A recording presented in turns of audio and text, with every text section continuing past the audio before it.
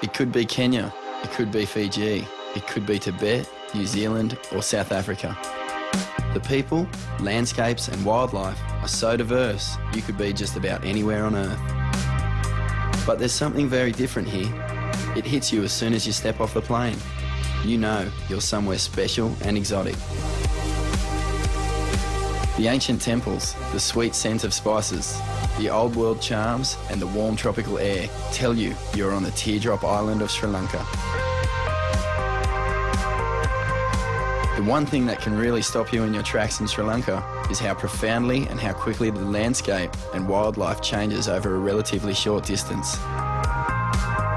One minute you're in hot, bustling village streets. The next you're in a cool mountain region surrounded by endless tea fields. You turn a corner and wild elephants are standing by the roadside with an African-esque plain behind them. Half an hour later and you're at the bottom of a huge waterfall, sheltering from the heat with the local monkeys. It's as if the trade winds have carried a few elements from every corner of the earth and deposited them all here on this one little island. And that's not far from the truth. Sri Lanka's prominent position along the ancient spice routes between Europe, Africa and Asia means travellers have been stopping here and leaving a little something behind for thousands of years. Marco Polo, probably the world's most famous traveller, called it his favourite island in the world. I don't think I've ever been anywhere I could compare this to. I don't think, Sri Lanka for me has been standing on its own. This is definitely in its own little pocket for sure. Nice people, you can't go wrong. Sri Lanka's culture seems so colorful, as well as their people. I mean, I think their happiness and their lifestyle comes out in how they dress, and it shows with the colors they wear and the colors of this country. Travelling around the country is amazingly affordable. Basics like food, accommodation and transport are a fraction of what they cost back home.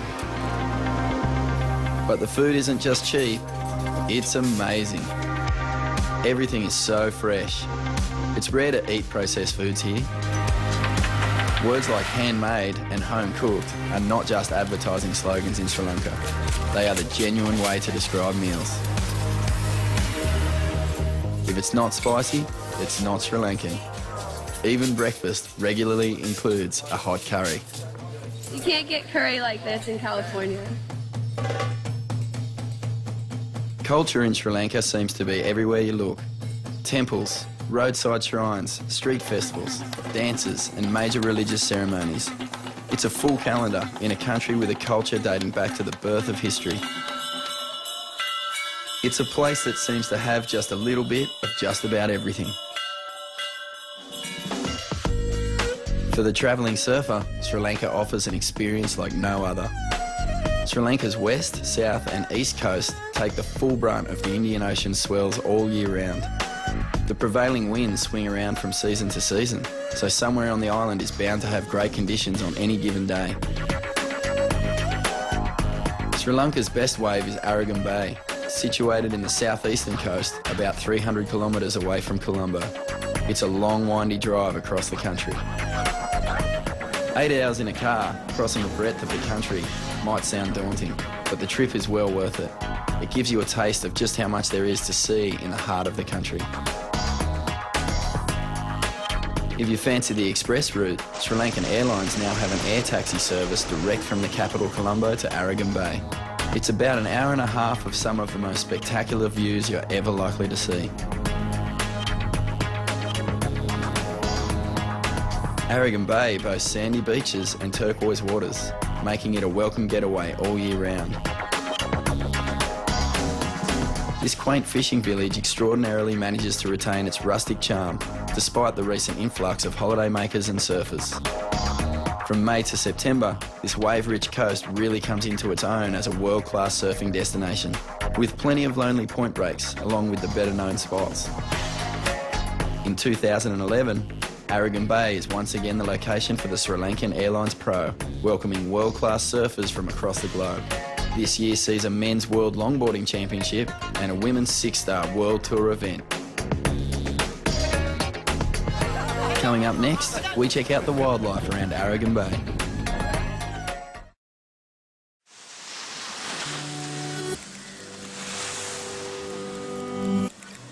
Aragon Bay is a true fishing village. The local people live off the sea, and it's been that way for thousands of years.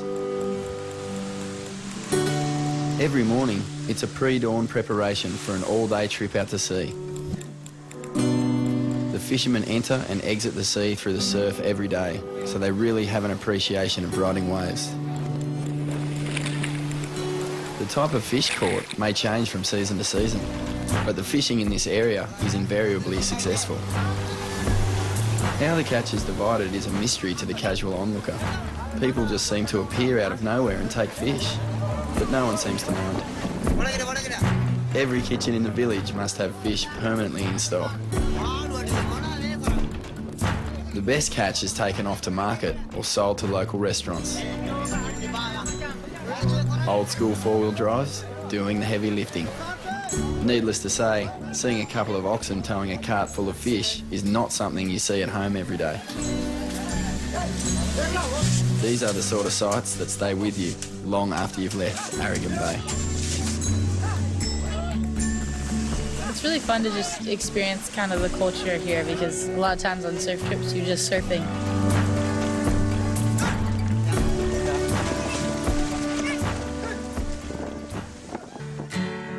In the last few years, tourism has really taken off in the region. A year ago, this shack just sold pineapple juice, nothing else. Now it's a surf school and ding repair shop. And the pineapple juice is still going strong too. It's great to see even local people coming to Aragon Bay to experience what the sea and surf has to offer. Krishna is a member of the local board riders club. They're flat out keeping up with demand for surf lessons. The SP tour helped to bring more tourists here, and we are very busy this year running a surf school, and we're trying to promote more things in the future. So I all welcome you to come to Aragon Bay, come to Sri Lanka, and you can have a great time here. It's not just surfing that's taking off either. About half an hour's drive from Aragon Bay is Yala National Park, famous for its wildlife tours. A few of the girls competing in the Sri Lankan Airlines Pro Surf event decided to make a quick trip to check the animals out for themselves. It's not the sort of place you can drive through in the family station wagon. Special jeeps are required, and an animal tracker comes along as a guide. This is not a zoo. All the animals are wild and not particularly amused by having cars full of tourists interrupting their lunch. They saw plenty of animals and birds, but the one that impressed everyone the most was the elephants. There really is something amazing about seeing an animal this big in the wild. They somehow seem even larger when they're just doing their own thing and not in a zoo enclosure. The elephant is massive, and there's two, and it's our first elephant sighting, and we're ecstatic. And they're huge, not like any animal back in America, let me tell you. Some of the other animals you can expect to see are leopards, bears, deer, crocodiles, monkeys, jackals and water buffalo. There's also literally millions of birds and reptiles. It's just awesome to see all the animals here, and just to see wildlife is always a pleasure. So yeah, it's a great place to come for sure. It's things like this, the things out of the water, that really make Sri Lanka more than just a great place to surf. Yeah, it's been awesome seeing like all these crazy animals. I mean, you usually see them on like Discovery Channel. Like every time I see an animal, I'm like, oh my God, look at that, look at that. With the wildlife safari checked off their to-do list, it's now time for the girls to prepare for the final rounds of the Sri Lankan Airlines Pro. After a week of great smaller surf for the opening rounds of the Sri Lankan Airlines Pro, the last days of the women's event saw a clean, new 4-foot swell. Quarterfinal 1 saw petite 16-year-old New Zealander Sarah Mason up against ASP Women's World Tour veteran Jessie Miley Dyer. A true battle of youth versus experience. It's pretty funny, like, I remember being one of the younger girls on tour, and now we're all the veterans. Young Mason put herself onto the best waves and blasted her way to the semi-finals. To get through that heat was really good, and I try not to think about like the age difference and who I'm up against. Quarterfinal 2 was the clash of the in-form surfers of the event. Californian standout Lakey Peterson versus the stylish Malia Manuel from Hawaii. This heat could have been the final at any other six-star event. Both girls with multiple high-scoring waves. And a nice strong cutback. This is a good-looking wave for the American. Whack! In the dying minutes, Malia snared a great wave. The beach held their breath and waited for the scores. Luckily we had a few sets in.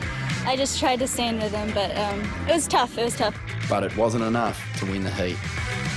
Yeah, I was so nervous because they took so long to give out the score that Malia got, and it was so close. She can get a 7.5 on pretty much anything. She surfs so well, so I'm glad it worked out.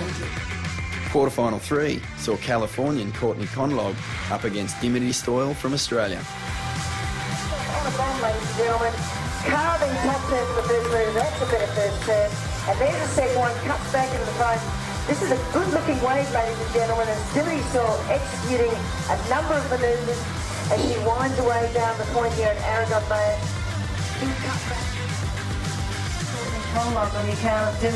It was a real close one, but in the end, Courtney slams the door shut with this long, smooth, high-scoring ride. Really relaxed style there on this wave. She's just working her way down the point, executing the manoeuvres, little cutback. Yeah, really looking for these next rounds and trying to see if I could take my surfing at next level. French competitor Pauline Adu took to the water for the last quarterfinal against South African Sarah Baum.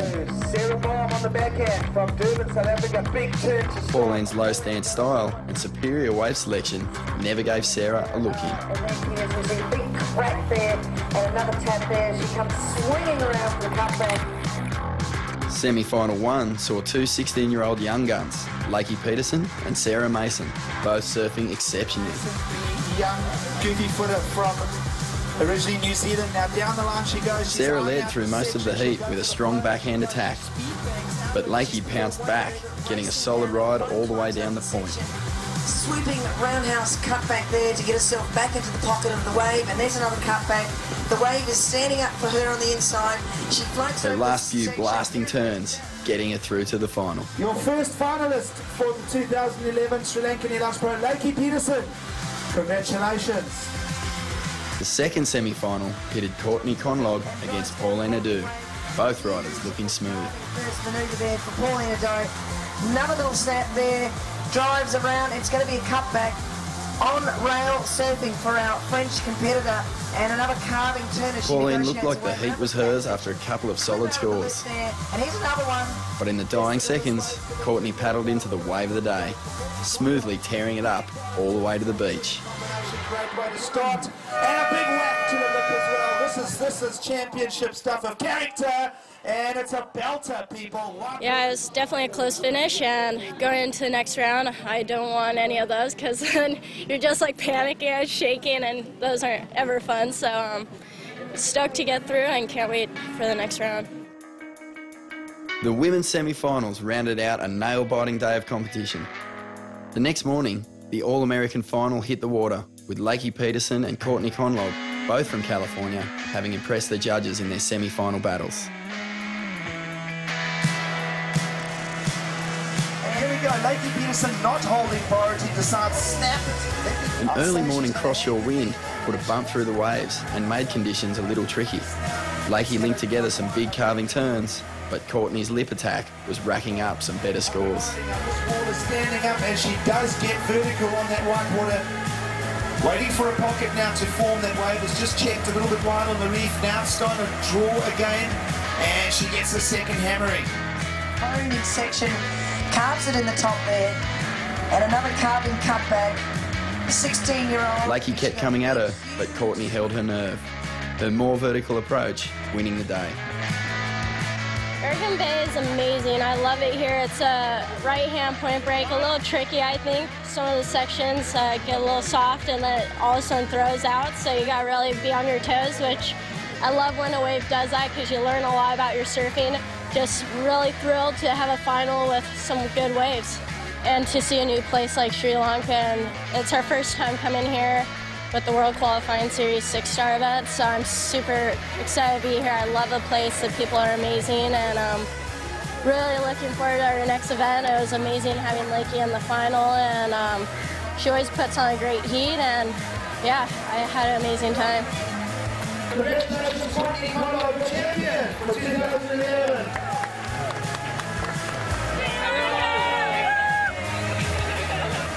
After the break, the men's longboard finals hit the water. The finals day of the Sri Lankan Airlines Pro men's longboarding was run in great conditions, with clean waves lining up beautifully down the point. A religious holiday ensured plenty of locals on the beach, and competitors were stoked to have some good waves for the business end of the event. In quarterfinal 1, American rider Kai Sellers set up camp on the nose and looked to have the heat well in hand. But 2009 World Longboard Champion Harley Ingleby from Australia had other ideas. His wave selection, trademark style and flow, progressing him to the semi-finals. Yeah, I'm so stoked to finally come to Sri Lanka. Spoke to a bunch of mates that are on the QS and done the QS here, and they said it's a really good wave and it would be good for a longboard. So yeah, it's really fun. Frame of Justin Bing from Cape Town, South Africa, gets to the nose, hang fast time, yes. In quarterfinal 2, Justin Bing from South Africa ran into the seemingly unstoppable reigning world longboarding champ, Dwayne DeSoto from Hawaii. Being the defending world champ, there's a lot of pressure coming into this. You expected to win again, and I hope to. I work really hard to be here, and I'm really excited to be here in Sri Lanka. So it's a new country I haven't been to, so it's just a pleasure, a bonus to come to somewhere special like this. These guys really make surfing look too easy.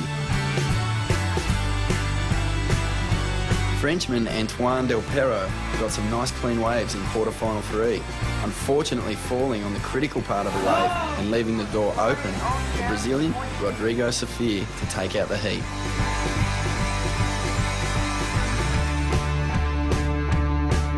In quarterfinal 4, it was another Frenchman, Edouard Del Perro versus American Taylor Jensen. The Frenchie getting some little runners, but not doing enough to impress the judges. Taylor Jensen from the USA surfed a near-perfect heat. He took off deeper and attacked the lip harder than anyone else in the field so far. Jensen was suddenly looking like the man to be.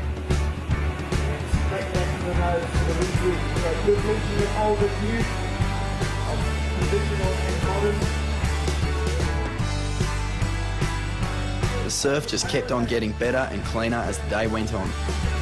In the first semi-final, Australian Harley Ingleby surfed hard, attacking the lip with every turn. Straight up onto the nose, and he's staying there for quite some time. But world champ Dwayne DeSoto fought back, spinning the heat around to take the win. Whoa! Unbelievable!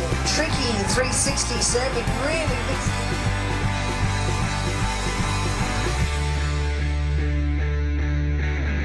Semi 2 saw Brazilian Rodrigo Safir tearing the waves to pieces with a powerful backhand attack. Big backhand hit to start. Now he'll get vertical again. Very vertical. Rodrigo pushed a little too hard and fell on what would have been his high-scoring wave. The mistake proved costly as American Taylor Jensen calmly took the heat with long, classy turns. Taylor Jensen.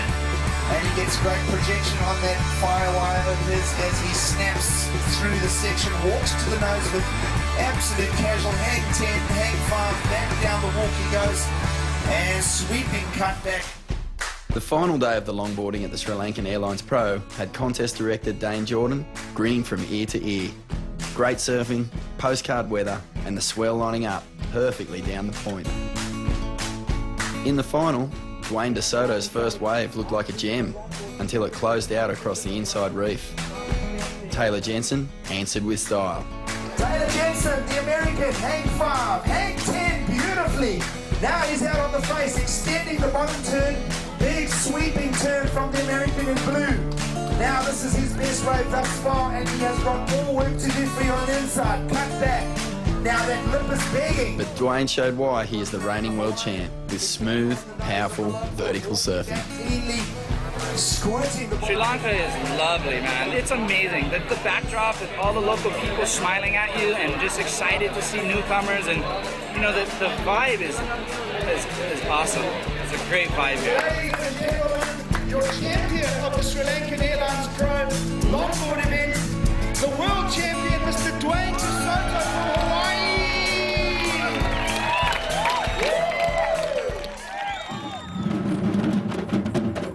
Dwayne and Courtney's wins capped off a great event. The Sri Lankan Airlines Pro had another dream run at Aragon Bay. We hope to be hearing these drums again in a year's time at one of the best stops on the ASP's international surfing calendar.